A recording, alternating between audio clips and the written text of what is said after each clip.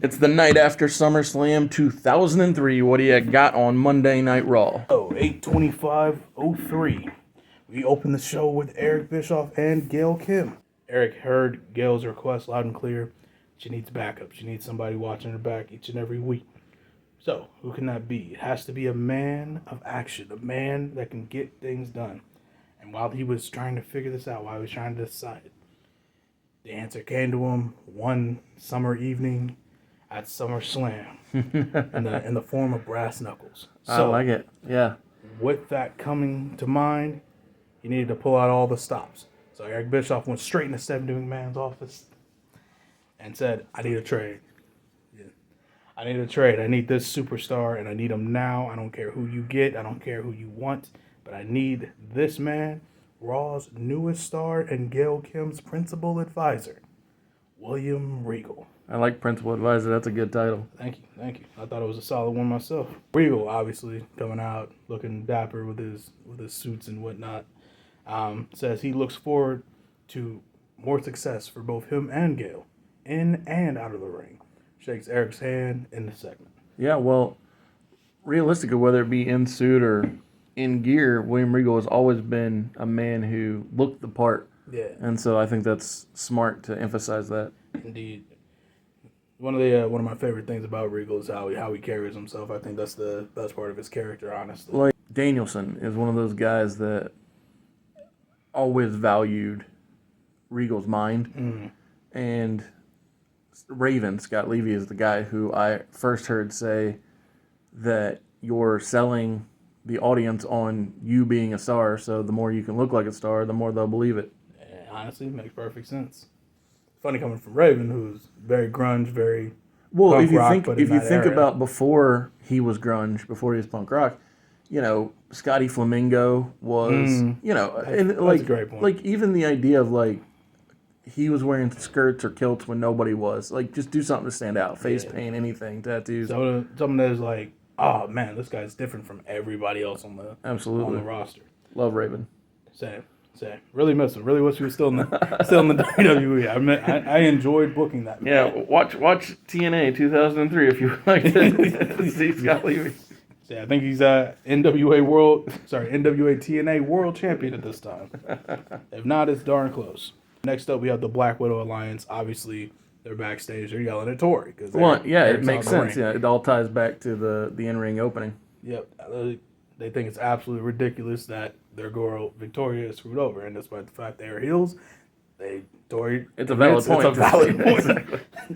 So she says, while she can't do anything about Eric specifically, she does know she has an idea to rectify the situation, and will announce that soon. Cool. We have Wrestling's Greatest Tag Team and Stacy, along with Kurt Angle, coming out to team against some jobbers. So it's a three-way mixed tag team match. Oh, okay. So she's actually in the match. Got it. That's nifty. And Kurt is on the outside. Yeah. Doing I like it. It's unusual, cheering him on. But original. I like that. Exactly. I don't know if you got some local competitors in mind, because I couldn't think of any, and I checked and didn't see anybody good. Sure. Well, when that's the case, I just use vacant for the Oh, the perfect. role. That works. But so obviously Wrestling's Greatest Tag Team looks amazing, because, I mean, have you seen them? Exactly. And Stacy is trying to prove her value to the faction, the group that. Exactly. And I mean that athletically, not. Yeah, I'm about to say, she's yeah. always been intellectually valuable. I'm about to say, she's been great in every aspect but the in-ring. Exactly. So, working the baby step and fix that. So in the match, you see her doing some good basic amateur wrestling. She shoots the single, hits a fireman's, crowd can't believe it, hits a blast double on whatever the girl's name is. They both roll out of the ring. Do you remember where we're at For Raw for the show? I don't. Okay, I don't think that's we're okay. done for this one. I was just we'll call her El Local for El Local. for the sake of argument. Hey, it works for me. Works for me, brother. Yeah. Yep. Nope. I forgot to actually write it down. That's okay. So it is what I it is. just think that's funny when the jobber is hometown based. Hometown El Local. That's actually great. But yeah, so whatever Wrestling's Greatest Tag Team finisher is, because it's not coming to me at this moment. Sure. They hit that 1, 2, 3. Point being, they big win, got it for the team. Yeah. Next up, Chris Jericho is over the moon. He's a champion once He's again. out of his funk. He's proven himself to be the Ayatollah of rock and roller once again. And is so happy about being the Evolve champion. Wanted to thank Sean O'Hare for being the inspiration to get him to where he needed to go. Yes. Sean told him all this time that he was one of the best in the world, one of the greatest to ever do it. But again, I'm not telling you anything you didn't already know. Sean says it's important to get those title defenses as quickly as possible, though, because listen, this is a belt that you can win it, you can lose it pretty much whenever. Every defense is a life or death defense. Yes. So we gotta start racking up those victories. Chris says he understands that, but he's still a little like sore. You know, he had a real tough match against Rikishi. Rikishi's Absolutely. a tough man to keep down. That's true. But Sean tells him, listen, it's all good. I got it covered. Chris, you're the best in the world. You can wrestle anywhere, anytime, injured or not. So we are going to go ahead and get you a match that I know for a fact you got in the bag. Chris agreed. You know what just hit me? Yeah. So, but it's the challenger who can pick the step, not the champion. Mm-hmm. Like, if the challenger was smart, they could conceptually pick a handicap match. Yeah, that'll be an idea I use eventually. Sure, yeah, I was But- just thinking because, like, the champion in this case could really use it, but they don't get that luxury. Dude, no. You're the champion. You're the one. You gotta prove yourself. Thank you for being here at Mr. Super Oz. This video is going out, and this channel only exists because I, Oz, founded Gamble Comics, which first release was Everlasting Survivors, a 68-page graphic novel called All Day Long. Available now. Follow the link in the description that will take you to gamblecomics.com. While there, you can get hats, shirts, posters, much, much more. But most importantly, the story itself. To everyone else. So, but Chris agrees, walks out of the locker room. Literally, he's like, you know what? The first guy I see when I walk out this locker room, that's going to be my challenger. Opens the door, and it's Al Snow. Oh, okay. Al Snow, he said, Al, you got a match tonight for the Evolve title. Bring it on. Do you know who I thought it was going to be? Who'd you thought it was going to be? Kane, because he wasn't established to be in the room. Dang. You know what? That would have been funny, too. Of course. But no, I like this. I like Al Snow. I'm about to say big fan, and also he's not long for this world. So, Yeah, I don't know if I've met him a couple times. Always been a very stand-up guy. Oh, wonderful guy. I think very few people have bad words to say about him, and the only bad stuff I've ever heard about him is just, man, this guy is strict. Oh, Yeah. well, the funny thing is the person I've heard say the worst things about Al Snow are Al Snow. Yeah, Because much like Matt he's very Cardona, self-deprecating. well, much like Matt Cardona blames every shortcoming on himself, that's the same with Al Snow. He's like, it's my fault for not maximizing the minutes I was given. Yeah, I He's should like, have did more here. I should have politicked more in the back. well, even not politicking, but like, Politics is the poor word, but advocate for yourself. exactly. Well, the idea of like, oh, I only had 8 minutes. Well, yeah, but did anybody remember those 8 minutes? I should have done better with them, type thing. So I was like, Indeed. Yeah, Al definitely has a good mindset for the business. yeah, absolutely. That's why he's such a good coach on Tough Enough. Oh, 1,000%. Those are the type of guys you want as your coach. I don't know, did you watch the LFG series? I never watched LFG, but I did love the Ohio Valley Wrestling doc on Netflix. Oh, that was so good. Yeah. It was so good. I want to watch LFG because I feel like, Well, the first winner is debuting on NXT soon, yeah, I saw that. or just did, one or the other. I think just did. Just did or is coming soon. Yeah, One or the other.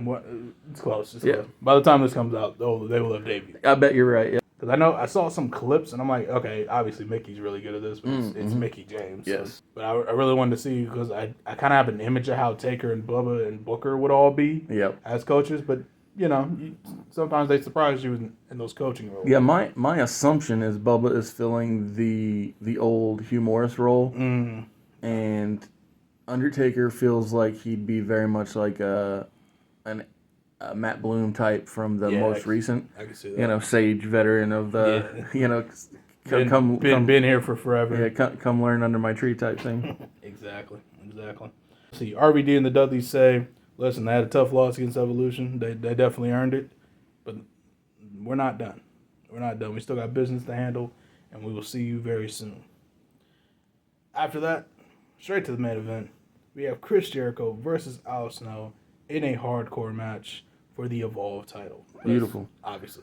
Well, that, and I'm always a fan of putting Ohio in the main event, so I'm cool with that. Same. This is probably the best match that Al Snow has ever had since we've started AEW. Sure, that seems reasonable. Yeah, like I'm really trying to run through everything I've done with him, and I'm pretty sure I've just jobbed him out. Well, he's had a lot of good segments with Hardcore Vice and developments that happen here or there, but I can't necessarily say, oh, that match itself felt like it was propelling him to a new place. True. Yeah. But that's also the hard part about them happening in our head. Yeah. It's kind of different. It's easy to say, well, it was a great match, but I mean, to be fair, it's easier to imagine since we've seen these guys for years. I'll say this: in a world where, I hit the lottery and don't got to worry about day jobs, I'd love to play out these matches in the video games because it'd just be fun. And maybe you'd only do 2 of the matches because if you take it too much time, you don't want to waste it. But even if I had a full day to do this, I don't want to spend all day. And so, every match. Sure, but exactly. And so I don't know, it just seems like it'd be fun, or cutting clips of it, that type of thing. Yeah, because I personally like editing, so I could totally see hey, we play a match and I throw some clips of it, highlights if you will. Shit, I ain't mad at that. But obviously, every match has to have a finish, and so as we get to the finish, Al Snow wins with a roll up. What? Al Snow is the Evolve champion. That's hilarious. Al Snow immediately rolls out of the ring. Referee raises his hand. The ring announcer, a la Mike Rome when JC Jane beat Stephanie Victoria, doesn't even announce that he's the winner because even he can't believe that awesome. Al Snow has won the match. Okay, so I like that a lot because, you got to have surprises now and then, make it valuable and believable, the idea that a title can always be changing hands. Exactly. Especially with this title, because the importance of this is the defenses. Every other championship, you win it, that's kind of... You're done. As You're good done, as it son. gets. Yeah, there's no, second level. Exactly. With this, there's an evolution, if you will. Exactly. I like that. Of the belt. So, with a title that can evolve, anyone could realistically win the title. I love it. No, it's very smart. He finally get the announcement. Ref raises his hand, hands him the belt. Hardcore Vice comes down to celebrate with him. Dreamer and Richards couldn't be happier for us now. And the crowd is obviously the crowd's love title changes. So. Yeah, blown away. I think that's so smart, and possibly the most surprising change we've done throughout the entire run of the show. I believe so. I love to go back and watch all our old shows, and I just want to compile Al Snow's win-loss record. Yeah. He's probably the most losingest wrestler to ever win a championship. I love that. Sean O'Haire slides into the ring. Jericho is just sitting in the middle of the ring, crushed. He's got this look on his face. He's dejected. He can't. Yeah, right back to the way it was so recently. The highest of highs to the lowest of lows. Slides in the ring with Kane. He cracks a smile to the camera, and then turns around to Jericho like, "Oh, I'm so sorry. I can't believe this happened, but it's all right." Tells Kane, get Chris to the back. He needs to see the trainer. Just had a tough match, especially with an already injured body. Gets the mic and says, "I refuse to take this disrespect to one of the greatest in the world, Chris Jericho, sitting on my hands.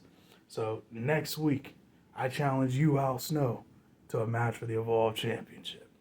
That's beautiful. And that's how we close out the show. That's so fun.